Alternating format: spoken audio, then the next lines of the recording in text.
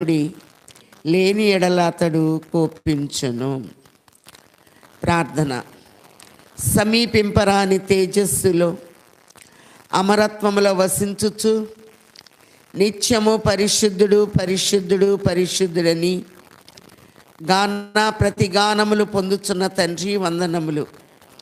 మీ ఏర్పాటును బట్టి, మీ అనాది సంకల్పమును బట్టి 12వ మాసంలో ప్రవేశపెట్టిన తండ్రి, ప్రకటన 22:2లో ఉన్నట్లు అది నెల నెలా ఫలించును అన్నారు గనక ఈ 12వ మాసంలో 12 అంతల ఫలింపునిచ్చి నిన్నెత్తుకొని నిన్ను ఆరాధించగలిగిన క్రీస్తు ఆరాధన మాకు దయచేయమని మా మధ్యకు వచ్చి వేసిన మహోన్నతుడు క్రిస్మస్ బాలుడయ్యున్న యేసు నామములో వేడుకొంచున్నాము తండ్రి, ఆమేన్.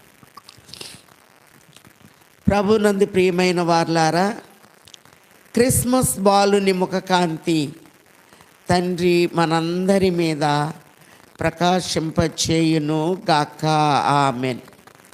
ఆనంద మాసములు అడుగుపెట్టిన మనల్ని నిత్యానందముతో తండ్రి నింపివేయును గాక, ఆమేన్. క్రిస్మస్ అనగా క్రీస్తు ఆరాధన. యోహాను సువార్త 4:24లో ప్రభు అంటున్నారు, దేవుడు ఆత్మయ్య ఉన్నారు గనక ఆయన ఆరాధించువారు ఆత్మతోనూ సత్యముతోనూ ఆరాధించవలెను. క్రిస్మస్ అనగా ఆరాధన. అలాగే క్రిస్మస్ అనగా సంతోషకరమైన పండుగ. దూత చెప్తుంది మంద కాపర్లకి, ప్రజలందరికీ కలుగబోవు మహా సంతోషకరమైన సువర్తమానము నేను మీకు తెలియచేయుచున్నాను. ఇది ఒక ప్రాంతం వాళ్ళకి, ఒక పట్టణం వారికి, ఒక దేవాలయం వారికి అని కాదు. ప్రజలందరూ అంటే అందరిలో అన్ని దేశాలు జాయిన్ అయి ఉన్నాయి, అందరూ జాయిన్ అయి ఉన్నారు. ప్రపంచమంతా చేయవలసిన పండుగ గనక ప్రజలందరికీ కలుగబోవు మహా సంతోషకరమైన సువర్తమానమని చూస్తున్నాం. క్రిస్మస్ పండుగ అనగా తగ్గింపు పండుగ. మీకా 5:2లో మనం చూస్తే, మరి ఎఫ్రాతా అనగా ఒక చిన్న కుగ్రామము. ఎఫ్రాతా అనగా తగ్గింపు. మొదటి దినవృత్తాంతములు 2:50 అబ్రహాం ఇంటిలో 3 ప్రార్థనా పరులు ఉన్నారు. ఒక ఆయన పేరు ఎఫ్రాతా, రెండో ఆయన పేరు కిర్యాతరీము, అలాగే 51-52లో బెత్లెహేము అని ఆయన కనపడతారు. ఇవన్నీ మనిషి పేర్లు తీసుకెళ్ళి ఊర్లకు పెట్టారు. ఎఫ్రాతా అనగా తగ్గింపు. క్రిస్మస్ అనగా సమృద్ధి ఫలింపు పండుగ. కాబట్టి క్రిస్మస్లో ఏముంటుందంటే ఫలింపు. క్రిస్మస్ అనగా సమర్పణ పండుగ. రోమా 8:32లో తండ్రి తన ప్రియ కుమారుని ఈ లోకానికి సమర్పించాడు. అందుకే తన సొంత కుమారుని వెనుక తీయక మనందరి కొరకు ఆయనను అప్పగించిన వాడు ఆయనతో పాటు సమస్తమును మనకెందుకు అనుగ్రహింపడు అని చూస్తూ ఉన్నాం. క్రిస్మస్ అనగా రక్షణ పండుగ. రక్షించడానికి వచ్చారు ఆయన. కీర్తన 68:19లో చూస్తే, కీర్తన 68:19 ప్రభు స్తుతినందును గాక, అనుదినము ఆయన మా భారము భరించుచున్నాడు, దేవుడే మాకు రక్షణకర్త అయి ఉన్నాడు. సృష్టికర్త రక్షణకర్తగా ఉన్నాడు. మనం పాడుకుంటాం, సృష్టికర్త ఎడిగో ఉయ్యాలో శిశువుగా నున్నాడు, సృష్టికర్త ఎడిగో ఉయ్యాలో శిశువుగా నున్నాడు ఉయ్యాలో, నా తండ్రి నా కోసం ఉయ్యాలో నరుడుగా పుట్టెను ఉయ్యాలో, నా తండ్రి నా కోసముయ్యాలో. నరుడుగా పుట్టెను ఉయ్యాలో, ముద్దు పెట్టుకొనుడి ఉయ్యాలో. ముచ్చట తీరంగా ఉయ్యాలో, ముద్దు పెట్టుకొనుడి ఉయ్యాలో. ముచ్చట తీరంగా ఉయ్యాలో. అందుకే కీర్తన 2:12లో కుమారుని ముద్దు పెట్టుకొనుడి, లేని ఎడల అతడు కోపించు. కుమారుడు శిశువయ్యాడు. ఇప్పుడు యెషయా 9:6లో చూస్తున్నాం. ఏలయనగా మనకు శిశువు పుట్టెను, మనకు కుమారుడు అనుగ్రహించబడెను. కుమారుడుగా అనుగ్రహించబడ్డాడు. రోమా 8:32లో తన సొంత కుమారుని అనుగ్రహించుటకు వెనుక తీయక మనందరి కొరకు ఆయన అప్పగించిన వాడు, ఆయనతో పాటు సమస్తమును మనకెందుకు అనుగ్రహింపడని చూస్తున్నాం. క్రిస్మస్ అనగా రక్షణ పండుగ. ఎఫెసీలకు రాసిన పత్రిక 2:8 మీరు విశ్వాసము ద్వారా కృపచేతనే రక్షించబడి ఉన్నారు, ఇది మీ వల్ల కలిగినది కాదు, దేవుని వరమే. మీరు విశ్వాసము ద్వారా కృపచేత.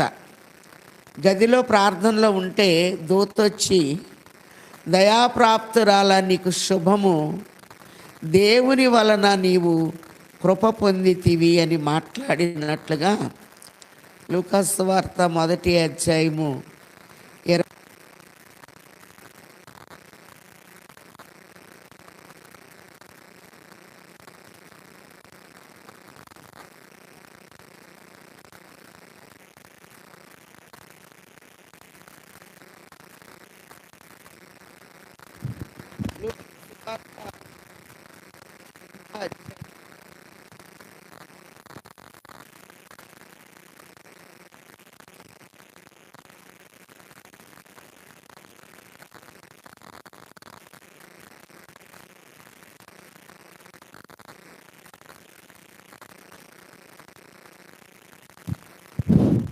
నాదా సకల ప్రజల ఎదుట నీవు సిద్ధపరిచిన రక్షణను నేను కన్నులారా చూచితిని అని సిమియోను ప్రవచిస్తూ ఉన్నారు. అలాగనే క్రిస్మస్ అనగా రక్షణ పండుగ, క్రిస్మస్ అనగా తగ్గింపు పండుగ, క్రిస్మస్ అనగా సమాధాన పండుగ. దూత పొలములోనికి వచ్చి సర్వోన్నతమైన స్థలములో దేవునికి మహిమ, ఆయనకి ఇష్టలైన వారికి భూమి మీద సమాధానము కలుగునుగాక. ఇది సమాధానపు పండుగ. క్రిస్మస్ అనగా ఐక్యత కలిగిన పండుగ. 133వ కీర్తనలో చూస్తే సహోదరుల ఐక్యత కలిగి నివసించుట ఎంత మేలు, ఎంత మనోహరము అని మనం చూస్తూ ఉన్నాం. ఐక్యతలో మేలుంది, ఐక్యతలో సంతోషం ఉంది.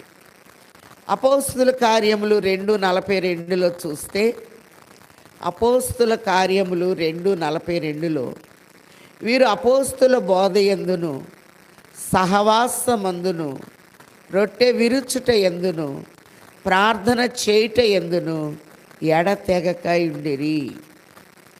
కాబట్టి ఈ 4 కలిపితే ఒక క్రిస్మస్ తొట్టి వస్తుంది. మరి సృష్టిలో ఉన్న 7 మర్మాల్ని మనం చూద్దాం.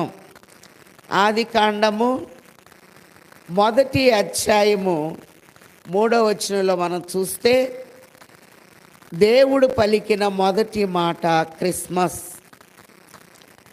వెలుగు కమ్మని పలుకగా వెలుగు కలిగెను, వెలుగు మంచిదైనట్లు దేవుడు చూచెను. కాబట్టి తండ్రి పలికాడు, కుమారుడు ప్రకాశించాడు, పరిశుద్ధాత్ముడు ప్రార్థించాడు. త్రిత్వము ఏకీభవించి చేసిన మొదటి పండుగ సృష్టిలో వెలుగుగా కనపడుతూ ఉంది. అందుకే ప్రభు అంటున్నారు యోహాను సువార్త 1:9, నిజమైన వెలుగుండెను, అది లోకములోనికి వచ్చుచు ప్రతి మనుష్యుని వెలిగించుచున్నది. ఈ నిజమైన వెలుగు ఎవరు అంటే మన ప్రభు.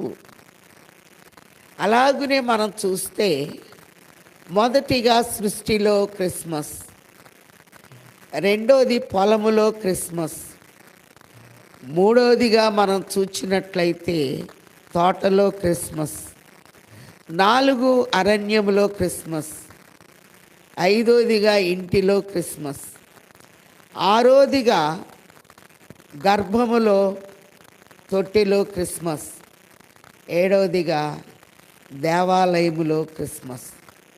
ఈ 7 క్రిస్మస్ని ఈ సమయంలో మనం ధ్యానించుకుందాం.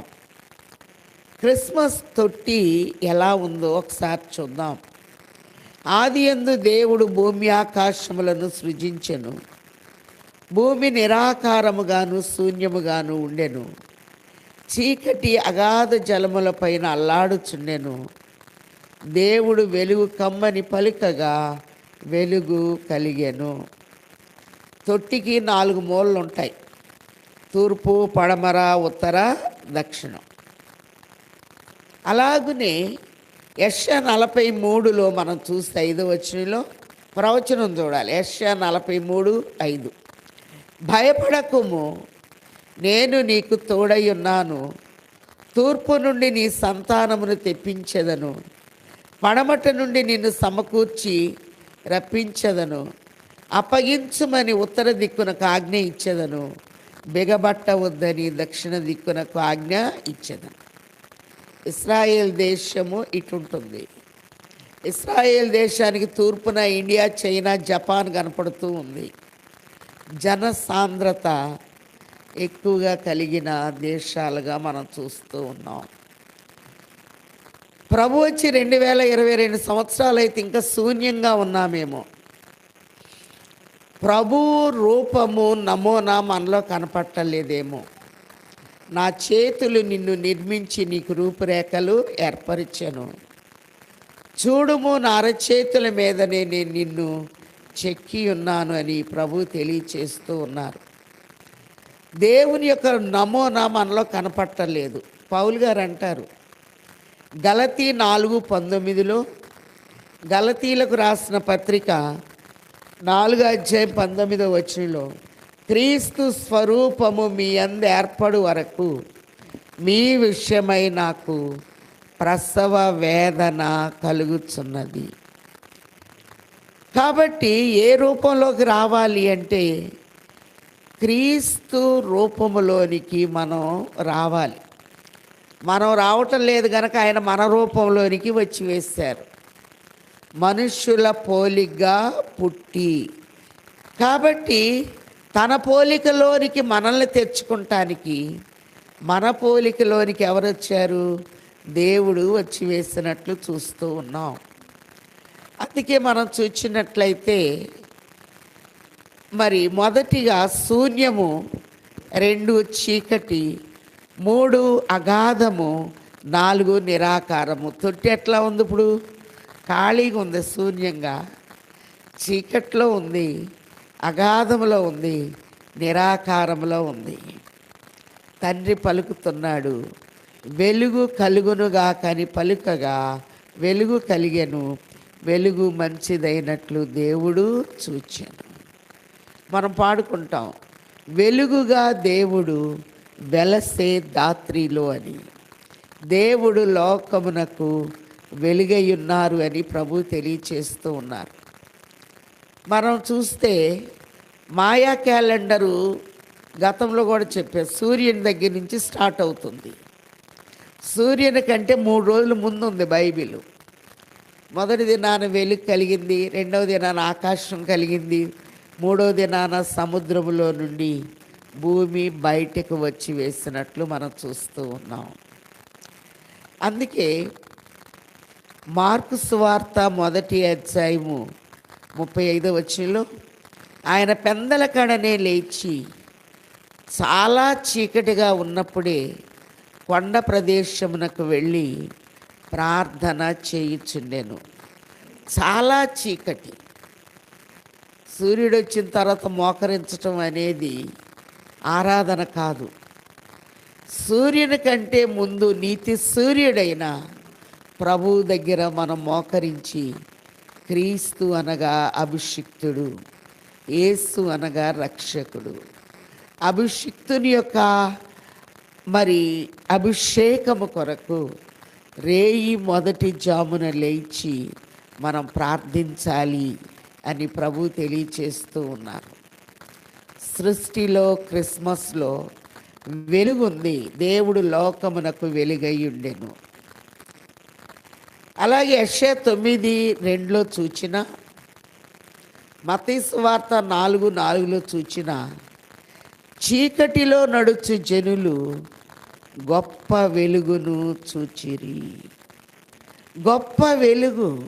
నీ తండ్రి నిన్ను గొప్ప చేయటానికి దీనుడైపోయి తండ్రితో ఉండుట విడిచిపెట్టకూడని భాగ్యం అని ఎంచుకోలేదు, కానీ దాసుని రూపము ధరించి రిక్తుడైపోయి శిలువ మరణము పొందునంతగా తన్ను తాను తగ్గించుకొని ఈ లోకానికి వచ్చి వేసినట్లుగా చూస్తూ ఉన్నాం.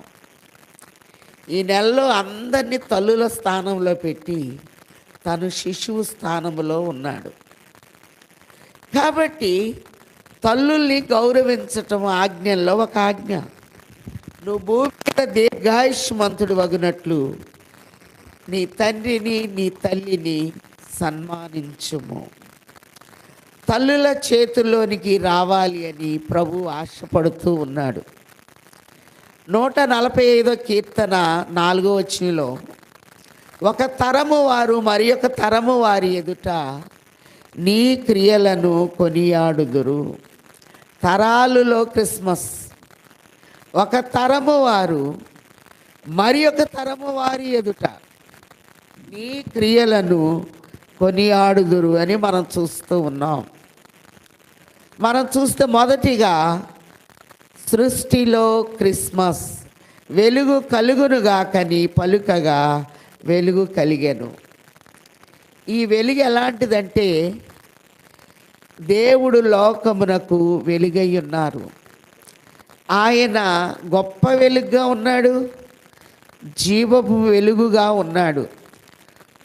యోహాను సువార్త 8:12 చూస్తే, ఆయన జీవపు వెలుగు, నేనే మార్గమును సత్యమును జీవమునై ఉన్నాను అని ప్రభు తెలియచేస్తూ ఉన్నారు.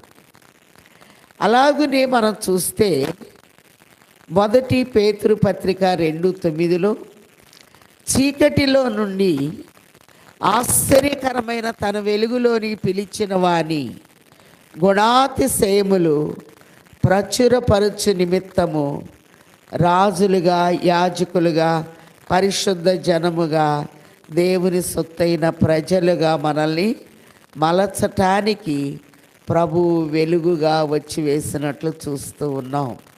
ఒకసారి మనము పాడుకున్న 20వ పాటలో మనం చూచినట్లయితే ఒక చక్కని మర్మం మనకు కనపడుతూ ఉంది. దేవుడు వెలుగుగా ఈ లోకములోనికి వచ్చి వేశారు. 10వ వచనంలో, కలలు చీకటి నడుచుచు వెలుగు చూచిరి, పలు విధంబులైన పాప చీకటుల్ తొలగ చేసి శుద్ధ కలుగ చేయును. వెలుగుగా దేవుడు వెలసె దాత్రిలో, వెలుగుగా దేవుడు వెలసె దాత్రిలో. బోలో యస్మరాజ్కి, రాజుల రాజ్కి, బెత్లెహేం బాలునికి happy happy Christmas, merry merry Christmas. ఈ నెలలో ఎవ్వరు దిగులుగా ఉండకూడదట. ఫిలిప్పీ 4:4 మరలా చెప్పుచున్నాను, ప్రభునందు ఆనందించుడి అని ప్రభు తెలియచేస్తూ ఉన్నారు. మొదటి క్రిస్మస్ సృష్టిలో జరిగింది. రెండో క్రిస్మస్ తోటలో జరిగింది. ఇక్కడ మనం చూస్తే నేలంతటినీ తడిపేశాడు దేవుడు. ఈ తోట అనేది చాలా ప్రత్యేకమైనది. సంఘాన్ని, క్రైస్తవ లోకాన్ని, క్రైస్తవ సంఘాల్ని తోటతో దేవుడు పోల్చాడు. యెషయా గ్రంథము 58వ అధ్యాయము 11వ వచనంలో, నీవు నీరు కట్టిన తోట వలె ఎప్పుడు ఉబుకుచుండు నీటి ఓట వలె ఉండెదవు. దేవుని తోట అంటే చాలా ఇష్టం అంట. తోటను వేసిన ఆయన ఎవరు? దేవుడు. ఏదేనుకు తూర్పు దిక్కున ఒక తోటను వేశాడు, ఆ తోటని తడిపాడు. అలాగునే కీర్తన 24లో చూస్తున్నాం, భూమియు దాని సంపూర్ణతయు లోకమును దాని నివాసులను యెహోవాయే. భూమి ఎవరిది అంటే దేవునిది. కాబట్టి చక్కని మాట 115వ కీర్తన 14-15 వచనాల్లో మనం చూస్తే 16వ వచనం వరకు, పిల్లలనేమి పెద్దలనేమి తన యందు భయభక్తులు కలవారిని యెహోవా ఆశీర్వదించును. భూమి ఆకాశములు సృజించిన యెహోవా చేత మీరు ఆశీర్వదించబడిన వారు. భూమి ఆకాశాలని ఎవరు సృజించారు అంటే దేవుడే. భూమి అని పేరు పెట్టిన ఆయనే. జలరాశికి సముద్రం అని పేరు పెట్టినది ఆయనే. ఆకాశమునకు పేరు పెట్టింది ఆయనే. కానీ ఆకాశం పనిచేస్తుంది, కానీ మనం ఏం పని చేయట్లా. కీర్తన 19లో ఆకాశము దేవుని మహిమను వివరించుచున్నది, అంతరిక్షము ఆయన చేతి పనిని ప్రచురపరుచుచున్నది. ఆకాశము దేవుని మహిమను చూపిస్తుందట. మరి ప్రభువుని మనం మర్చిపోతూ ఉన్నాం, ఆయన చిత్తాన్ని. యెషయా గ్రంథం 1వ అధ్యాయం 2వ వచనంలో, యెహోవా మాటలాడుచున్నాడు, ఆకాశం ఆలకించుము, భూమి చెవియొగ్గుము. దేవుడు మాట్లాడుతూ ఉంటే ఆకాశానికి చెవుందా? ఆలకించుము. కాబట్టి భూమి చెవియొగ్గుము. కాబట్టి భూమిని ఎందుకు చెవియొగ్గుము అంటున్నారో మరి తండ్రి గారు చక్కగా పాటలో రాశారు మనకి. 21వ కీర్తనలో, భూమికి నిశాంతి దానం స్తోత్రంబు పూర్తి చేయగల విధానం, భూమికి నిశాంతి దానం పొందుదే వేశ్రజనం, క్షేమము సమాధానం క్రీస్తు కాలమానం, క్రిస్మస్ జాయ్ జాయ్ దేవలోక స్తోత్రగానం, దేవాది దేవునికి నిత్యదానం. కానీ భూమికి ఏ దానం? శాంతి దానం. సర్వోన్నతమైన స్థలముల్లో దేవునికి మహిమయు, ఆయనకి ఇష్టలైన వారికి భూమి మీద సమాధానము కలుగునుగాక. మనలో చాలామంది ఎలాల్ ఫ్లైట్లో ప్రయాణం చేశారు మరి ఇస్రాయేల్ దేశానికి. ఫ్లైట్ ఎక్కగానే షాలోమ్ అని వేస్తారు, సమాధానం. 12 పర్యాయాలు వేస్తారు భూమి దగ్గరికి వెళ్ళేటప్పుడు. ఎందుకు? నువ్వు నేర్చుకొని అదే మాట చెప్పాలి. మనం దిగ్గానే ఇండియా ఫ్లాగ్ తెస్తారు, ఇజ్రాయెల్ ఫ్లాగ్ తెచ్చి వాళ్ళు షాలోమ్ అనేటప్పటికి మనం ప్రైజ్ ద లార్డ్ అంటే వాళ్ళు వెనక్కి వెళ్ళిపోతారు. షాలోమ్ అంటే మన భుజం మీద ముద్దు పెట్టుకొని కౌగిలించుకుంటారు. ఆ మాట మనల్ని, యూదుల్ని కలుపుతుంది. ప్రభు జన్మించినప్పుడు ఈ మాటను వాడిన వారు ఎవరు అంటే దేవదూతలు. సర్వోన్నతమైన స్థలముల్లో దేవునికి మహిమ, ఆయనకి ఇష్టలైన వారికి భూమి మీద సమాధానం. సమాధాన పండుగ అని మనం చెప్పుకున్నాం. 147వ కీర్తన 14వ వచనంలో, నీ సరిహద్దులలో సమాధానము కలుగ చేయువాడు ఆయనే. మన సరిహద్దులు, మనం ఎక్కడున్నా ఆనంద మాసములోనికి వచ్చాము గనక సమాధానముతో తండ్రి మనల్ని నింపువారై ఉన్నారు. మొదటి క్రిస్మస్ సృష్టిలో జరిగింది, రెండో క్రిస్మస్ తోటలో జరిగింది, మూడో క్రిస్మస్ పొలంలో జరిగింది, నాలుగో క్రిస్మస్ అరణ్యంలో జరిగింది, ఐదో క్రిస్మస్ ఇంటిలో జరిగింది, ఆరో క్రిస్మస్ గర్భములో తొట్టిలో జరిగింది, ఏడో క్రిస్మస్ దేవాలయములో జరిగింది. సృష్టిలో ఈ 7 దినాల్లో ఎక్కడెక్కడ క్రిస్మస్ జరిగిందో మనం చూద్దాం. ఒక కొత్త నిబంధనలోనే చూడక్కర్ల, పాత నిబంధనలో క్రొత్త నిబంధన ఇమిడి ఉన్నది. క్రొత్త నిబంధనలో పాత నిబంధన వివరించబడి ఉన్నది. సృష్టిలో క్రిస్మస్ ఆదికాండం 1:3. వెలుగు కమ్మని పలుకగా వెలుగు కలిగెను, వెలుగు మంచిదైనట్టు దేవుడు చూచెను. అస్తమయము ఉదయము కలుగగా ఒక దినమాయను. అస్తమయము అనగా సంఘము, ఉదయము అనగా ప్రభువు. కాబట్టి మనం చూస్తే క్యాలెండర్ ఇక్కడ ప్రారంభమైంది, దేవుని క్యాలెండర్. ఒకసారి చూద్దాం. సంఘాన్ని తన స్వరక్తమిచ్చి ప్రభు సంపాదించుకున్నాడు. అపోస్తల కార్యములు 20:28లో తన స్వరక్తమిచ్చి సంపాదించిన సంఘము అనే మాటను మనం చూస్తున్నాం. మత్తయి 16:16లో దేవునిచ్చే కట్టబడినది సంఘము. అస్తమయము ఉదయము కలుగగా ఒక దినమాయను అనే మాటని మనం చూస్తూ ఉన్నాం. కాబట్టి ప్రభువులో మనలో ప్రభువు ఉండాలి.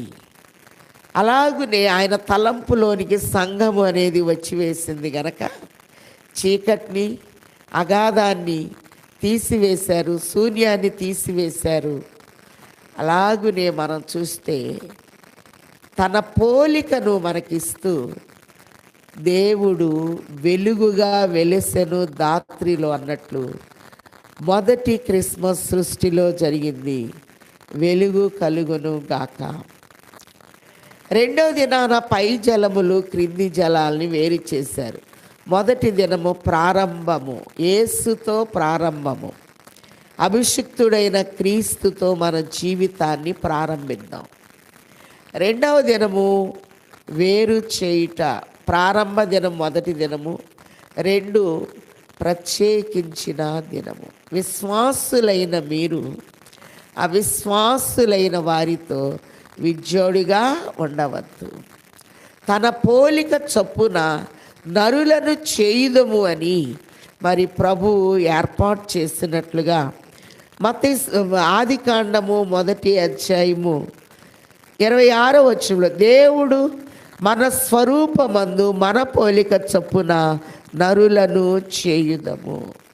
మన స్వరూపము, ఏ స్వరూపం ఇచ్చారు? లూకాసు సువార్త 3:38లో ఆదాము దేవుని కుమారుడు అని చూస్తున్నాం. ఆదికాండం 5:5లో ఆదాము దేవుని కుమారుడు. ఆదాము మంటి నుండి తీయబడిన వాడు. పత్రికల్లో చూద్దాం. మొదటి కొరింథీల పత్రిక 15:44 నుంచి చూస్తే 50 వరకు మంటి నుండి పుట్టినవాడు ఎట్టివాడు, మంటి నుండి పుట్టినవారు అట్టివాడే. మొదటి మనుష్యుడు ఆదాము మంటి నుండి తీయబడినవాడు అనే మాట చూస్తున్నాం. మంటితోనే మమ్మునెల్లా మానవులుగా సృజించెను. మంటితో మానవ రూపాన్ని దేవుడు ఇచ్చివేసినట్లుగా కొరింథీలకు రాసిన మొదటి పత్రిక 15:46 మొదటి మనుష్యుడు ఆదాము అనే మాటని మనం చూస్తూ ఉన్నాం. రెండవ దినాన తోటలో క్రిస్మస్. తోటను వేసిన ఆయన ఎవరు అంటే దేవుడు. నోవహు వాడలో నుండి బయటికి వచ్చి ఒక ద్రాక్ష తోటను వేశాడట. ఆదికాండము 2వ అధ్యాయములో దేవుడు ఒక తోటని వేశాడు, ఏదేను తోట. ఏదేను అనగా పరిశుద్ధత. మీ తండ్రి పరిశుద్ధుడి గనక మీరును పరిశుద్ధులయ్యుండుడి. 4 విషయాల్లో పరిశుద్ధతను వాడతాం: పరిశుద్ధ వివాహము, పరిశుద్ధ గ్రంథము, పరిశుద్ధ దినము, పరిశుద్ధ సమభక్తము అని మనం వాడుతూ ఉంటాం. కాబట్టి ఈ తోటని ఒక ప్రయోగశాలగా దేవుడు మార్చివేశాడు. కాబట్టి ఈ తోటని వైద్యశాలగా దేవుడు చేసి, ఒక ఆపరేషన్ చేయాలి అంటే ఒక 10 మంది డాక్టర్లు ఉంటారు. ముఖ్యమైన వాళ్ళు 3 ఉంటారు. ఒకటి, ఆ సర్జను దేనికి సంబంధించిందో, ఇక్కడున్న సర్జను ఎముకల డాక్టర్. 2, ఎనస్థీషియా మత్తు మంది ఇచ్చే డాక్టర్ కావాలి. 3, జనరల్ సర్జన్ కావాలి. కాబట్టి త్రిత్వము ఏకీభవించింది. గాఢ నిద్ర అంటే మత్తుమందు. రెండవదిగా మనం చూస్తే ఆదాములో నుండి ఒక సపరేట్గా ఒక ఎముకను తీశాడు. అందుకే ఏ స్త్రీకైనా 207 ఎముకలు ఉంటాయి, పురుషులకి 206 ఎముకలు ఉంటాయి. పురుషునికి ఒక ఎముక అనేది తక్కువగా ఉంటుంది. కాబట్టి ఇక్కడ మనం చూస్తే రెండవ దినాన వేరు చేశాడు, పై జలములు క్రింది జలములు. జలములు జనమునకు సాదృశ్యము. ప్రకటన 19:7 చూస్తే జలముల్లో శబ్దము, జలముల్లో శబ్దము, ఉరుముల్లో శబ్దము, బలమైన శబ్దము అని మనం చూస్తూ ఉన్నాం. సర్వాధికారి అని దేవుని స్తుతించినట్లుగా మనం చూస్తూ ఉన్నాం.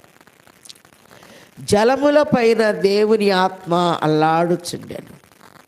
ఈ అల్లాడేటటువంటి ఆత్మ నిర్మాణం చేస్తూ ఉంది, మానవ నిర్మాణాన్ని. కాబట్టి నేను ఎప్పుడు చెప్తుంటాను, ఆదాము తల్లి గర్భమున పుట్టలేదు, దేవుడు నిర్మాణము చేశాడు. ఆదాములో నుండి అవ్వను ఒక ఎముకను తీసి స్త్రీనిగా నిర్మాణము చేశాడు, వేరు చేశాడు. ఆదాములో ఒక ఎముక ఒక స్త్రీనిగా చేసి ఆదాము దగ్గరికి తీసుకొస్తే ఈయనంత జ్ఞానంటే దేవుడు చెప్పముందే పేరు పెట్టేసుకున్నాడు. నా ఎముకల్లో ఎముక, నా మాంసములో మాంసము, నరుల్లో నుంచి తీయబడింది గనక నారి అన్నాడు. పరమగీతం 1:8 నారీమణి సుందరి అది నీకు తెలియకపోయేనా. కొన్ని తెలుసుకోవాలి మనం. నారీమణి నరుల్లోంచి తీయబడినది, సుందరి. ఆదాము చాలా సుందరుడు, దేవుని కుమారుడు కదా. కాబట్టి సుందరమైన రూపాన్ని తండ్రి మనకిస్తూ ఉన్నారు. రెండవ క్రిస్మస్ తోటలో ఆదాములో నుండి దేవుడు చేసిన పెళ్ళి ఒకరిని ఇద్దరిని చేసేసాడు. అభిషిక్తులు ఇద్దరిని ఒకటి చేస్తున్నారు, ఇది మర్మము అన్నారు. కాబట్టి ఒక్కరిలో నుంచి, ఆదాములో నుండి హవ్వ వచ్చి వేసింది తన పోలిక చొప్పున. తర్వాత ఆ చోటుని మాంసముతో పూడ్చివేశాడు. ప్రక్కలో నుండి తీశాడు గనక సాటి అయిన సహాయము అనేది మనం చూస్తున్నాం. క్రీస్తుకు సంఘము సాటి అయిన సహాయముగా ఉండాలి. ఆదాము దగ్గరికి అవ్వమ్మ రాగానే ప్రేమించాడట. మరి ఇందా మనం చెప్పుకున్నాం, క్రిస్మస్ అనగా తగ్గింపు పండుగ, ప్రేమ పండుగ అని మనం చూస్తూ ఉన్నాం. ఎంతగా ప్రేమించాడు అంటే, అవ్వ అనగా సంఘము దేవుడు ఎలా ప్రేమిస్తున్నాడో ఒకసారి చూద్దాం. బైబిల్స్ ఉన్న వారందరూ ఇప్పుడు చూడాలి. మరి ఎఫెసీలకు రాసిన పత్రిక 5వ అధ్యాయంలో మనం చూస్తే, భార్యలారా మీ భర్తలకు లోబడి ఉండుడి, భర్తలారా మీ భార్యలను ప్రేమించుడి.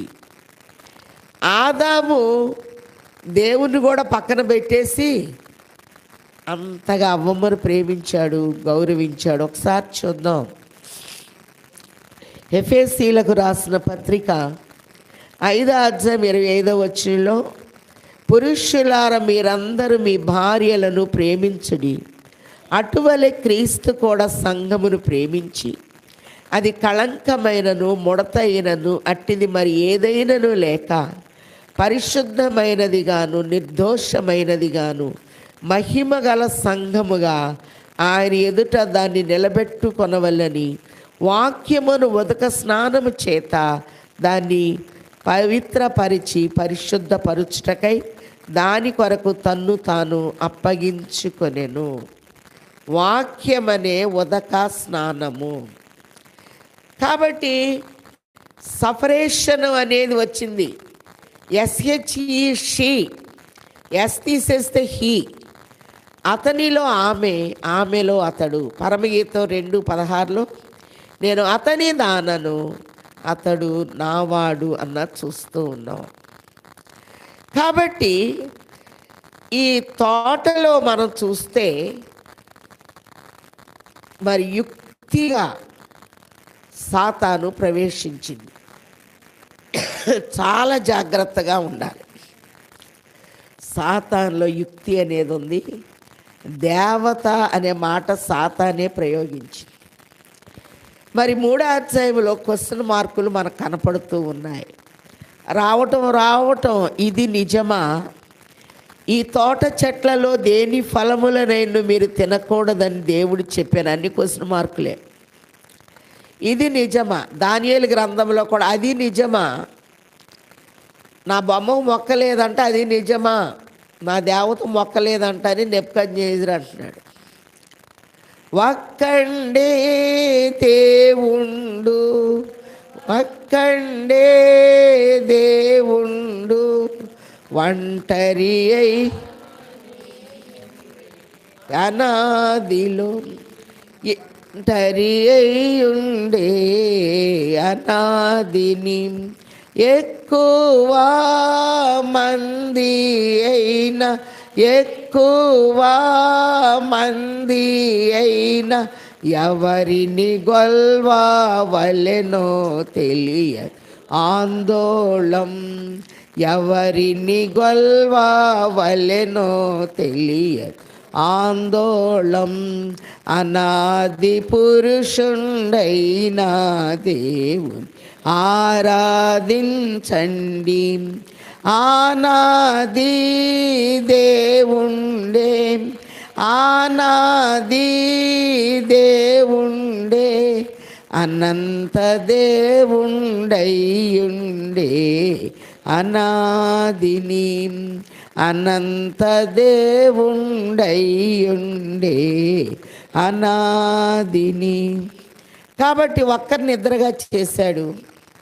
మరి ఇక్కడ చూస్తే పురుషుడు తన తండ్రిని తన తల్లిని విడిచి తన భార్యను హత్తుకొనును అని చక్కటి దీవెన అనేది దేవుడిచ్చి వేశాడు.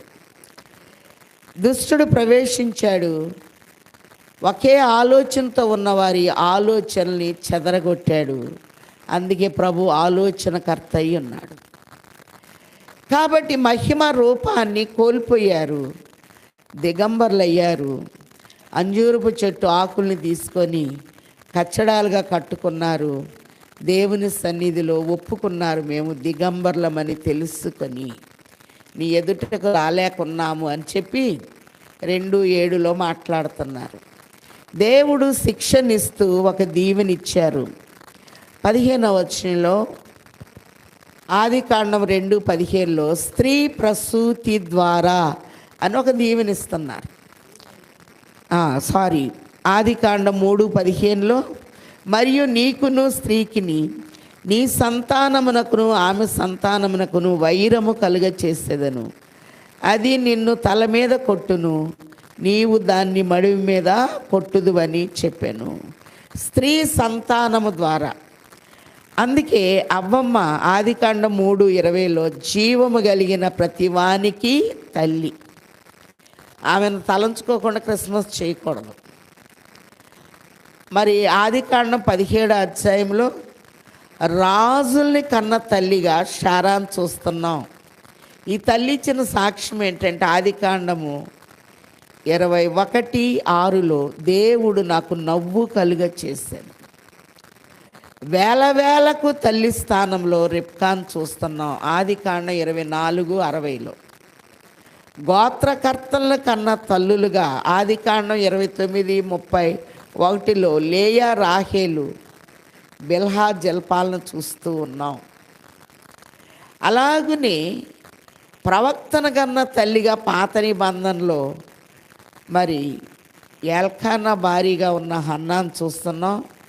క్రొత్త నిబంధనలో ప్రవక్తన కన్న తల్లిగా ఎలిజబెత్ అమ్మను చూస్తూ ఉన్నాం. లోకరక్షకుని కన్న తల్లి స్థానంలో కన్య అయిన మరియను మనం చూస్తూ ఉన్నాం. అందుకే ఇక్కడ చూస్తే తోటలో క్రిస్మస్ స్త్రీ ప్రసూతి ద్వారా యెషయా 58:11 నీవు నీరు కట్టిన తోట వలె ఎప్పుడు ఉబుకుచుండు నీటి ఓట వలె ఉండెను. అవ్వకిచ్చినట్టి వాక్కు అదిగో తొట్టిలో పవ్వలించి ఉన్నదే, ఈ విధముగా సఫలమాయే నా ఓ మోమో నరుని కాబ్బెను, నా మోమో నరుని కాబ్బెను. మూడో క్రిస్మస్ మనం చూసినట్లయితే పొలంలో చూస్తూ ఉన్నాం. లూకాసు వార్త 2:8-14 వరకు చూస్తే మంద కాపరులు పొలములో మెళుకుగా ఉన్నారట. ఈ కాపర్లు ఎవరంటే లేవీలు. లేవీ గోత్రాన్ని దేవుడిచ్చిన ఆధిక్యత ఏంటంటే కాపరి లక్షణములు. కాబట్టి వాళ్ళు మెళుకుగా ఉన్నారు. మొదటి కొరింథీయులకు రాసిన పత్రిక 16:13-14 చూస్తే మెళుకుగా ఉండండి, విశ్వాసమందు నిలకడగా ఉండండి, బలవంతులై ఉండుడి, పౌరుషము గలవారై ఉండుడి, మీరు చేయనదంతయు ప్రేమతో చేయండి. ఏది చేసినా, చిన్న పని చేసినా, పెద్ద చేసినా ప్రేమతో పనిచేస్తే దేవుడు మనల్ని చక్కగా దీవించువారై ఉన్నారు. వీళ్ళు మెలకుగా ఉంటే దూత వచ్చింది.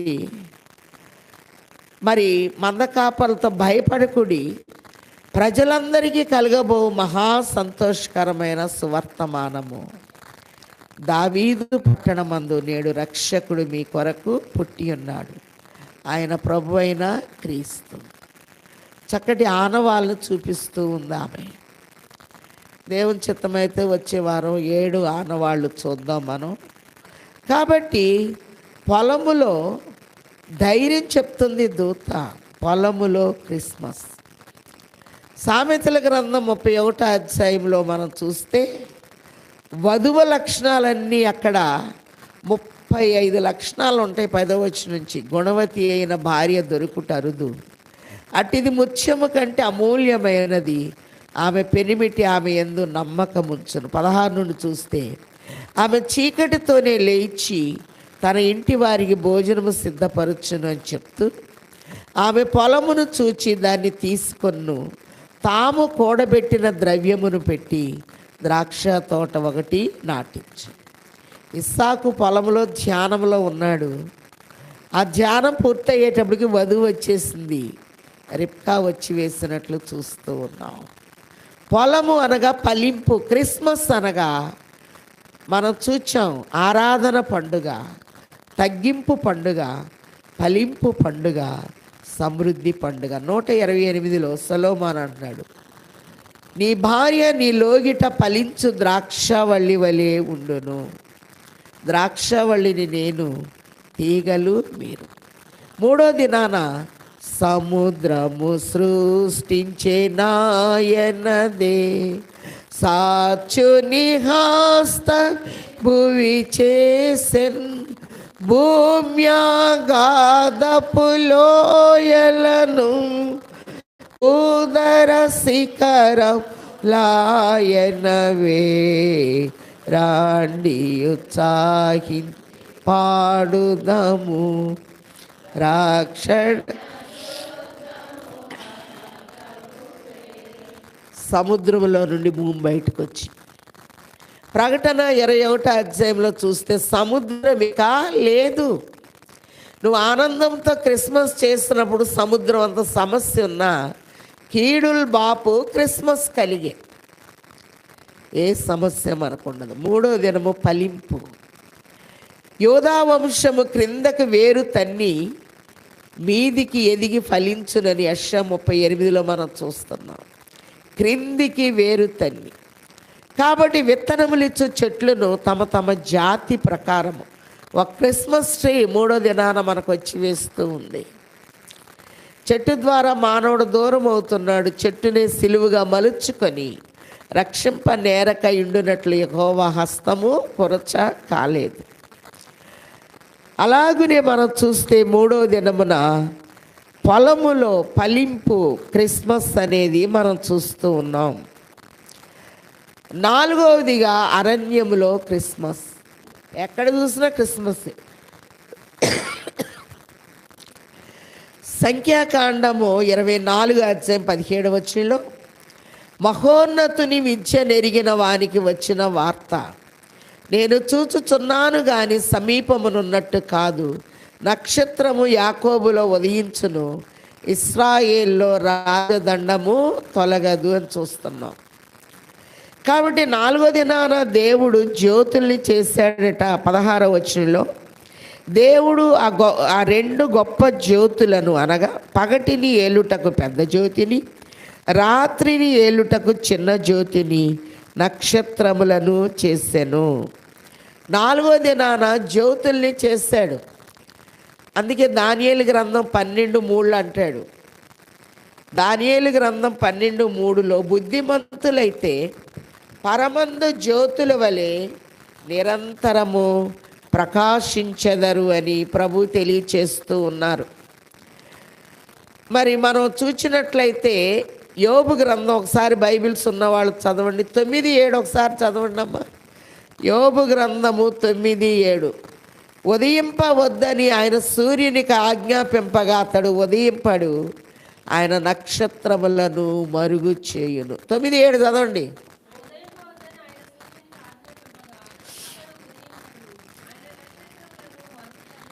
చాలు. సూర్యునితో ఉదయించొద్దంటే ఉదయించడు. 4వ దినపు సృష్టి. కాబట్టి నక్షత్రాలని మరుగు చేసిన ఆయన ఎవరు? దేవుడు. నక్షత్రాన్ని పట్టుకొని వచ్చిన వారు ఎవరు? జ్ఞానులు. పర్షియా నుండి పాలస్తీనా వరకు బాగానే వచ్చారు. పాలస్తీనాకు వచ్చినాక వాళ్ళు అజ్ఞానులు అయ్యారు. నడిపించే నక్షత్రాన్ని వదిలివేసి హేరోదును పట్టుకున్నారు వాళ్ళు, ప్యాలెస్ను పట్టుకున్నారు వాళ్ళు. మత్తయి సువార్త 2వ అధ్యాయం 2వ వచనం చూస్తే ఆయన నక్షత్రమును చూచి, ఆయన నక్షత్రం అని దాన్ని వదిలి యూదులకు రాజుగా పుట్టినవాడు ఎక్కడ అంటే రాజు కలవరం వచ్చింది. యెరూషలేము వారందరి కలవరం అనేది వచ్చింది. ప్రభు చెప్తున్నారు యోహాను సువార్త 14లో, మీ హృదయములు కలవరపడనీయకుడి, దేవుని యందు విశ్వాసం ఉంచు. అప్పుడు రాజు ఎక్కడ పుట్టును అంటుంటే ఈయన చాలా జాగ్రత్తగా రాజు అనకుండా క్రీస్తు ఎక్కడ పుట్టును అంటున్నాడు. క్వశ్చన్ మార్కులు ఉన్నాయి. క్రీస్తు ఆరాధన. క్రీస్తు అనగా యేసు అనగా రక్షకుడు, క్రీస్తు అనగా అభిషిక్తుడు. చాలామంది క్రిస్మస్ చేస్తారు, చాలామంది క్రిస్మస్ చేస్తారు. సర్వలోకానికి ప్రజాసంఖ్య వ్రాయించిన కౌసర్ ఔగుస్తు క్రిస్మస్ చేయలేదు, క్రిస్మస్ చేశాడు. క్రీస్తుని మిస్ చేసుకున్నాడు. శాస్త్రులు పరిసయ్యులు చదివారు గ్రంథాలు. యోధాదేశ బెత్లెహేమ గతంలో కూడా చెప్పుకున్నాం. యోధా ప్రధానులు నువ్వెంత మాత్రం అల్పమైన దానివి కాదు, ఇశ్రాయేలు రాజు నీలో నుండి వస్తాడు. ఎన్నిసార్లు చెప్పినా మనం గ్రహించం. బెత్లెహేము యోదయ జిల్లాకి సంబంధించింది. ఇప్పుడు బెత్లెహేము సపరేట్గా ఉంది. రెప్పపాటులో బెత్లెహేము యోదాతో కలుస్తుంది. ఇశ్రాయేలు రాజు ఇప్పుడు జన్మలో వచ్చాడు, ఏలటానికి ఆయన వస్తాడు. మళ్ళీ యేసు రాజుగా వచ్చుచున్నాడు. కాబట్టి ఇక్కడ మనం చూస్తే శాస్త్రులు పరిసయ్యులు క్రిస్మస్ చేయలేదు, క్రిస్మస్ చేశారు. హేరోదు విన్నాడు, మీరు ఆరాధించరండి నేను వస్తాను అన్నాడు. ఆయన రాలేదు. అంటే ఆయన కూడా క్రిస్మస్ చేయలేదు, క్రిస్మస్ చేశాడు. దేవుడు ఆత్మ ఉన్నారు కనుక ఆయన ఆరాధించేవారు ఆత్మతో సత్యముతో ఆరాధించాలి. అరణ్యములో 4వదిగా క్రిస్మస్.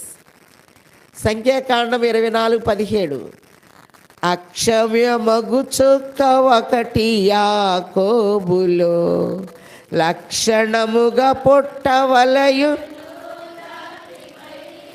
రక్షణార్థులే సదా నిరీక్షించెడు నక్షత్రంబగు రక్షకుడు దయించెన్ నక్షత్రంబగు రక్షకుడు దయించెన్. యాకోబులో నక్షత్రం ఉదయించెను, ఇశ్రాయేల్లో నుండి రాజదండము తొలగ.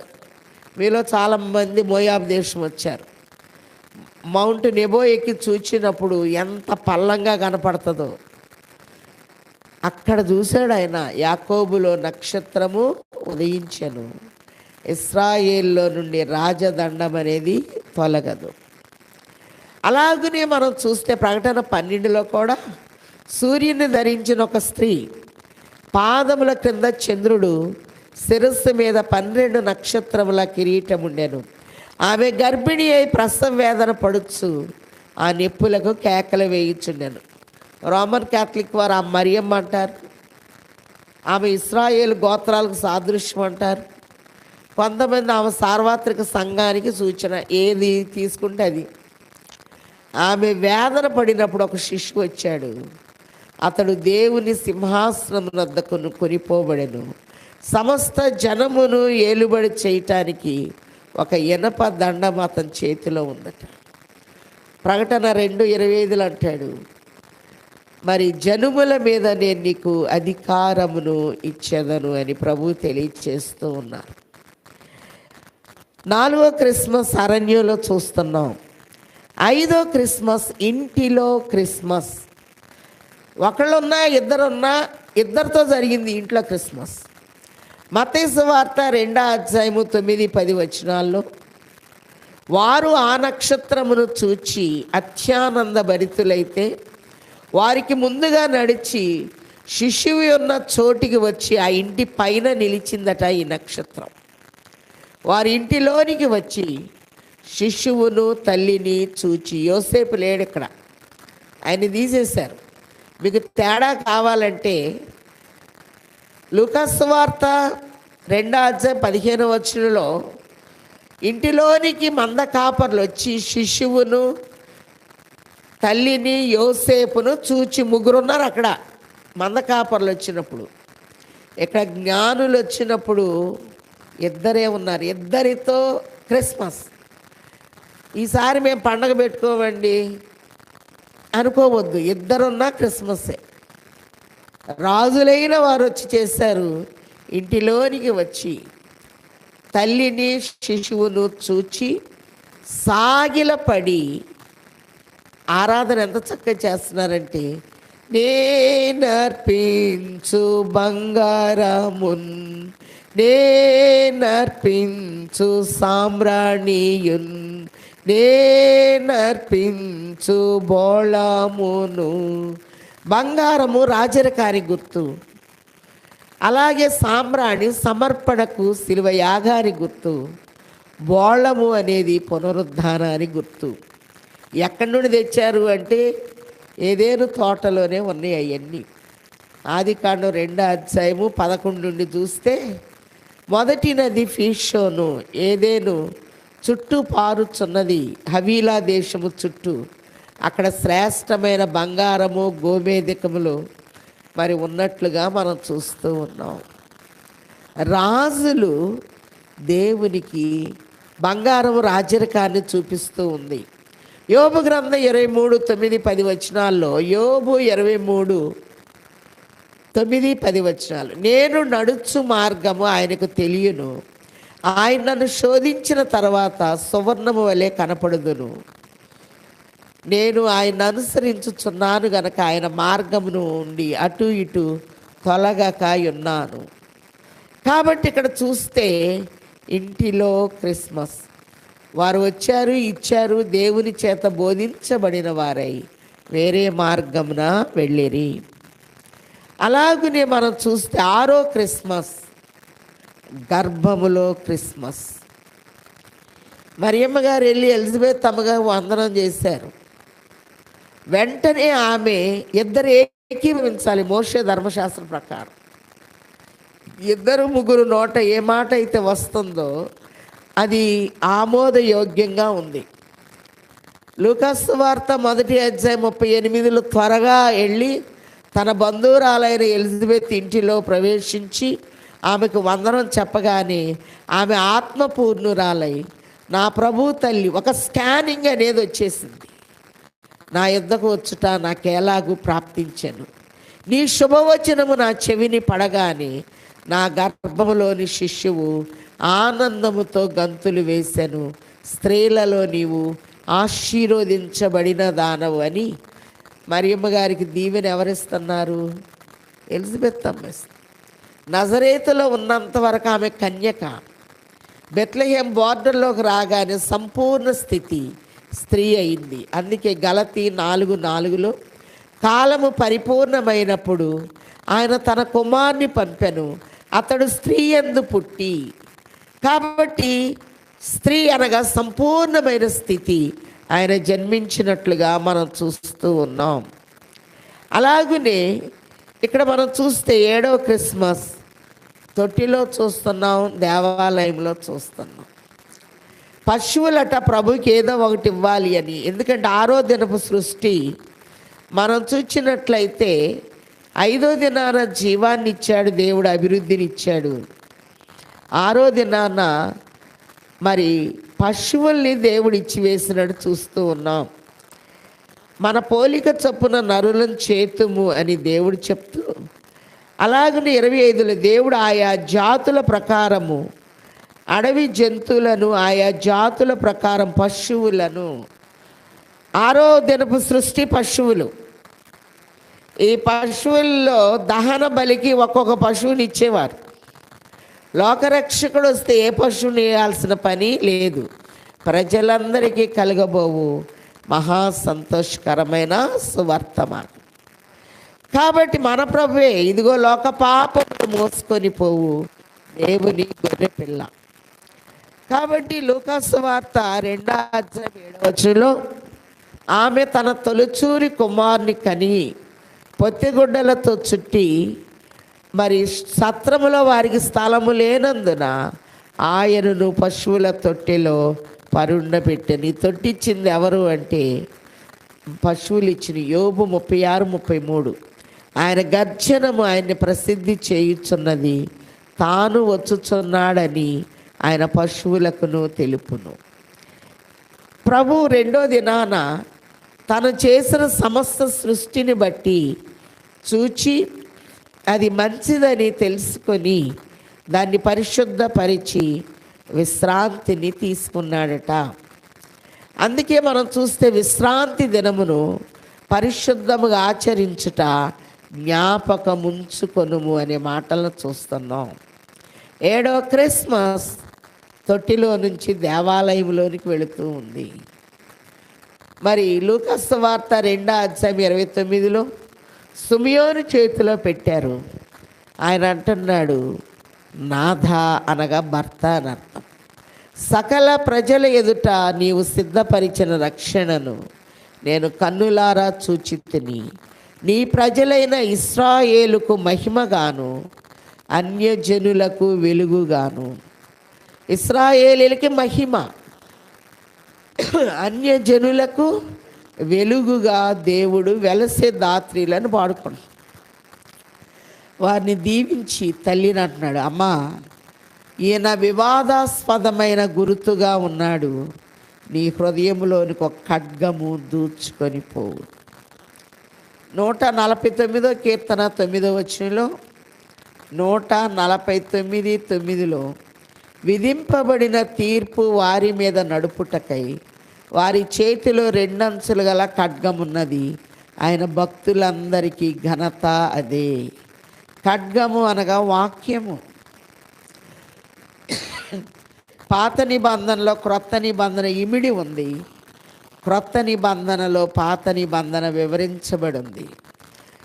మొదటిగా సృష్టిలో క్రిస్మస్ వెలుగు, తోటలో క్రిస్మస్ స్త్రీ ప్రసూతి ద్వారా, 3 పొలములో క్రిస్మస్ ప్రజలందరికీ కలగబో మహా సంతోషకరమైన సువర్తమానం, 4 అరణ్యములో క్రిస్మస్ యాకోబులో నక్షత్రము ఉదయించును, 5 ఇంటిలో క్రిస్మస్ జ్ఞానులు బంగారము సాంబ్రాణి బోళము, 6 గర్భములో క్రిస్మస్.